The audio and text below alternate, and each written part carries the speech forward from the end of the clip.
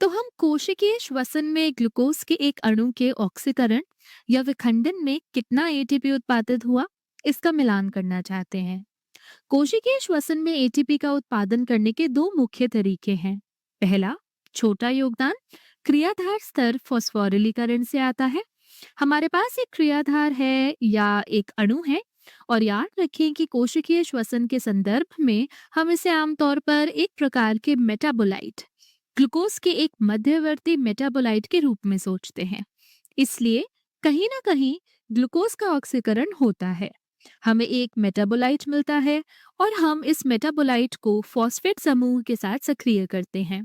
इस फॉस्फेट समूह को सीधे एडीपी को दान कर सकते हैं ताकि एटीपी का उत्पादन हो सके, और निश्चित रूप से हमारा अणु भी इस प्रक्रिया में संशोधित हो जाता है। आमतौर पर ये एक हाइड्रॉक्सी समूह प्राप्त करता है, लेकिन विवरण पूरी तरह से महत्वपूर्ण नहीं है, सिवाय इसके कि ये फॉस्फोरिलीकरण एक क्रियाधार के स्तर पर हो रहा है। ये निश्चित रूप से ऑक्सीकरणीय फॉस्फोरिलीकरण के विपरीत है, जहां से हमें हमारे एटीपी का बड़ा हिस्सा मिलता है।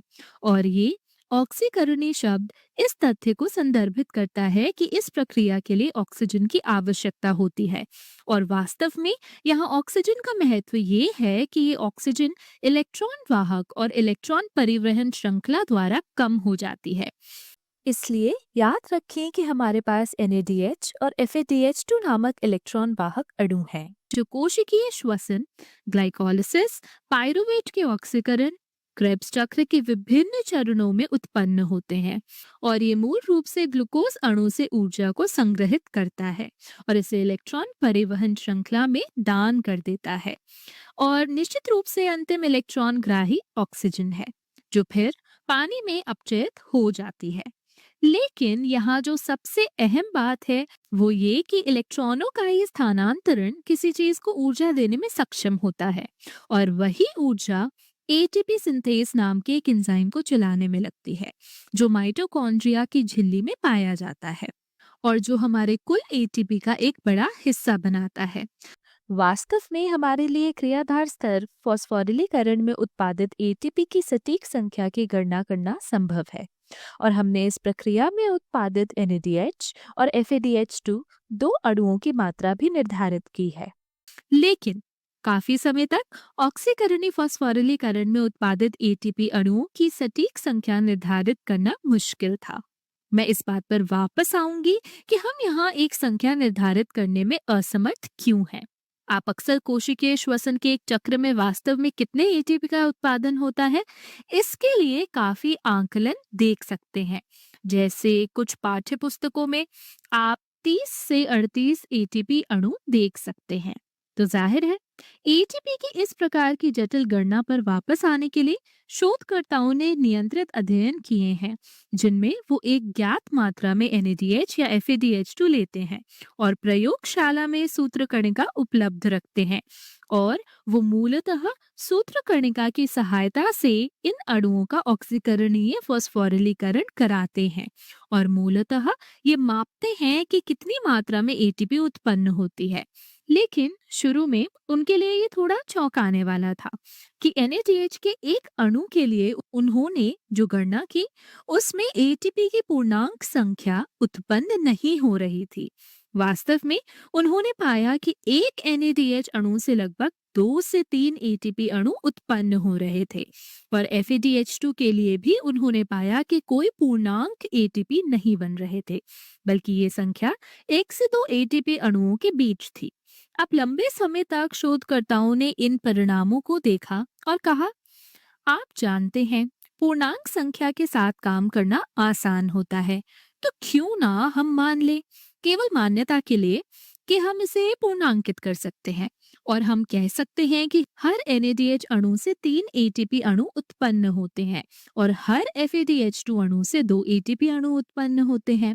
और इस प्रकार की गणनाओं का उपयोग करके उन्होंने मूलतः एटीपी की उच्चतम सीमा का आकलन किया।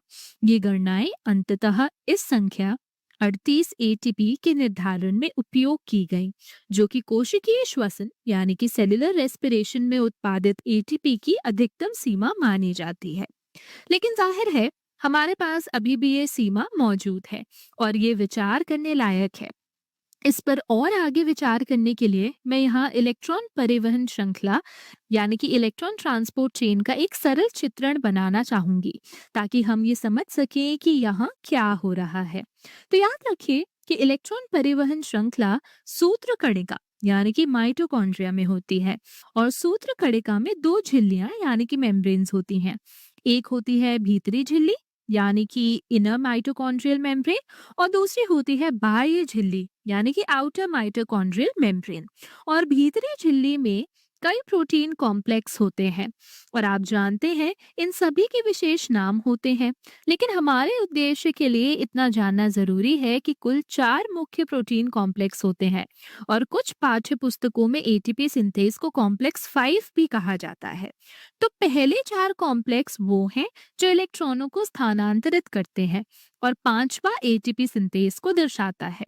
अब याद रखिए कि मूल प्रक्रिया ये है कि ये अपचयित इलेक्ट्रॉन वाहक यानी कि NADH और FADH2 इलेक्ट्रॉनों को इलेक्ट्रॉन परिवहन श्रृंखला को देते हैं। विशेष रूप से NADH 2 इलेक्ट्रॉन कॉम्प्लेक्स 1 को देता है, और FADH2 2 इलेक्ट्रॉन कॉम्प्लेक्स 2 को देता है। जब ये इलेक्ट्रॉन इन कॉम्प्लेक्सों से होकर स्थानांतरित होते हैं, तो हर 2 इलेक्ट्रॉन के स्थानांतरण पर ये पाया गया है कि कॉम्प्लेक्स 1 4 प्रोटॉनों को अंतर झिल्ली अवकाश में पंप करता है, कॉम्प्लेक्स 3 भी 4 प्रोटॉन पंप करता है, और कॉम्प्लेक्स 4 2 प्रोटॉन पंप करता है, जबकि कॉम्प्लेक्स 2 योगदान नहीं देता। अब इन तथ्यों को ध्यान में रखते हुए हम वास्तव में ये गणना कर सकते हैं कि NADH और FADH2 के एक एक अणु के लिए कितने प्रोटॉन पंप किए जाते हैं। तो चलिए इसे जल्दी से कर लेते हैं। क्योंकि NADH पहले कॉम्प्लेक्स में इलेक्ट्रॉन देता है, ये कुल 4 + 4 + 2 यानी 10 प्रोटॉन पंप करता है। दूसरी ओर FADH2 कॉम्प्लेक्स 2 से प्रविष्ट होता है, इसलिए ये केवल 6 प्रोटॉन यानी कि कॉम्प्लेक्स 3 और कॉम्प्लेक्स 4 से पंप करता है। ठीक है, तो ये एक अच्छा समय है जब हम अपने मूल प्रश्न पर लौटें। NADH और FADH2 के प्रति कितने ATP अणु बनते हैं, और क्यों हमारे पास एक पूर्णांक अनुपात नहीं होता। और इसका कारण, जैसा कि हम इस आरेख को देखकर समझ सकते हैं, ये है कि NADH और FADH2 सीधे ATP बनाने में कुछ नहीं कर रहे हैं, बल्कि ये प्रोटॉन प्रवणता बनाने में योगदान देते हैं, और ये प्रोटॉन प्रवणता एटीपी सिंथेज को ईंधन देती है। याद रखिए कि प्रोटॉन इस एटीपी सिंथेज से वापस स्थानांतरित होते हैं, और इस स्थानांतरण से ही ये पंप एडीपी का एटीपी में फॉस्फोरिलीकरण करता है। तो असल सवाल ये होना चाहिए कि कितने प्रोटॉन चाहिए एक एडीपी अणु को एटीपी में बदलने के लिए। तो यदि हम ये जान ले कि एक एटीपी के लिए कितने प्रोटॉन आवश्यक हैं, तो हम NADH या FADH2 के अनुपात में एटीपी की गणना कर सकते हैं। और ये वही गणना है जिसे शोधकर्ता अभी भी पूरी तरह से तय करने की कोशिश कर रहे हैं। निश्चित रूप से कोशिका के प्रकार और उसकी स्थिति के अनुसार इस प्रक्रिया की दक्षता बदलती रहती है, लेकिन शोधकर्ता वर्तमान में इस बात पर काफी आश्वस्त हैं कि एक एटीपी अणु बनाने के लिए 4 प्रोटॉनों की आवश्यकता होती है। अब इस संख्या के साथ हम NADH और FADH2 के अनुपात में एटीपी की गणना कर सकते हैं। तो NADH से 10 प्रोटॉन पंप होते हैं, तो 10 को अगर 4 से डिवाइड करें तो हमें मिलेगा 2.5 एटीपी, और FADH2 से 6 प्रोटॉन, तो 6 को अगर 4 से डिवाइड करें तो हमें मिलेगा 1.5 एटीपी। तो याद रखिए कि हालांकि ये थोड़ा अजीब लगता है कि हम NADH और FADH2 से 2.5 या 1.5 एटीपी की बात कर रहे हैं, लेकिन वास्तव में ये रसोपरासरण युग्मन यानी कि केमिओस्मोटिक कपलिंग की प्रक्रिया को दर्शाता है, जिसमें प्रोटॉन प्रवणता एटीपी सिंथेज को ऊर्जा देती है। और क्योंकि अब हम प्रोटॉनों की बात कर रहे हैं, हमें इन गैर पूर्णांक अनुपातों को स्वीकार करना पड़ता है। अब इन अनुपातों को ध्यान में रखते हुए मैं कोशिकीय श्वसन में बनने वाले कुल एटीपी की गणना करना चाहती हूँ। तो हमने पहले से ये तालिका बना रखी है, और हम एक ग्लूकोज अणु के लिए एक पूर्ण चक्र की बात कर रहे हैं। ग्लाइकोलिसिस में 2 एटीपी बनते हैं और 2 NADH बनते हैं, जिन्हें हम 2 × 2.5 करें तो 5 एटीपी में बदलते हैं। फिर पायरुवेट ऑक्सीकरण और टीसीए चक्र में कुल 5 एटीपी और 2 एटीपी बनते हैं। तो 6 NADH गुणा 2.5, इससे मिलेंगे हमें 15 एटीपी और 2 FADH2 गुणा 1.5, तो 3 एटीपी। तो आप सब जोड़ें, 2 plus 5 plus 5 plus 2 plus 15 plus 3, तो 32 एटीपी। ग्लाइकोलिसिस साइटोसोल में होता है, जबकि पायरुवेट ऑक्सीकरण और क्रेब्स चक्र सूत्रकणिका में होते हैं। इसलिए ग्लाइकोलिसिस में बनने वाले NADH को सूत्रकणिका के अंदर पहुंचाने के लिए किसी तरह की शटल प्रणाली की जरूरत होती है, क्योंकि सूत्रकणिका की आंतरिक झिल्ली NADH के लिए पारगम्य नहीं होती। तो शरीर ने NADH को सूत्रकणिका में पहुंचाने के लिए शटल परिवहन प्रणाली यानी कि शटल ट्रांसपोर्ट सिस्टम्स विकसित किए हैं, और ये इस बात पर निर्भर करता है कि ये NADH इलेक्ट्रॉन परिवहन श्रृंखला के किस हिस्से में प्रविष्ट होता है, पहले प्रोटीन कॉम्प्लेक्स में या तीसरे में, और ये भी तय करता है कि कितने प्रोटॉन पंप किए जाएंगे।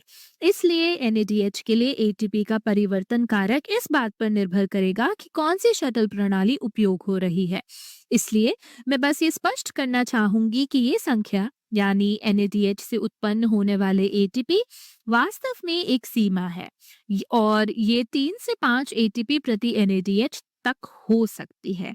तो मैं इस संख्या को समायोजित कर देती हूँ और कहती हूँ कि एक ग्लूकोज अणु के लिए एक चक्र में उत्पन्न कुल ATP की सीमा वास्तव में 30 से 32 ATP है, और यही वर्तमान में सर्वमान्य संख्या है।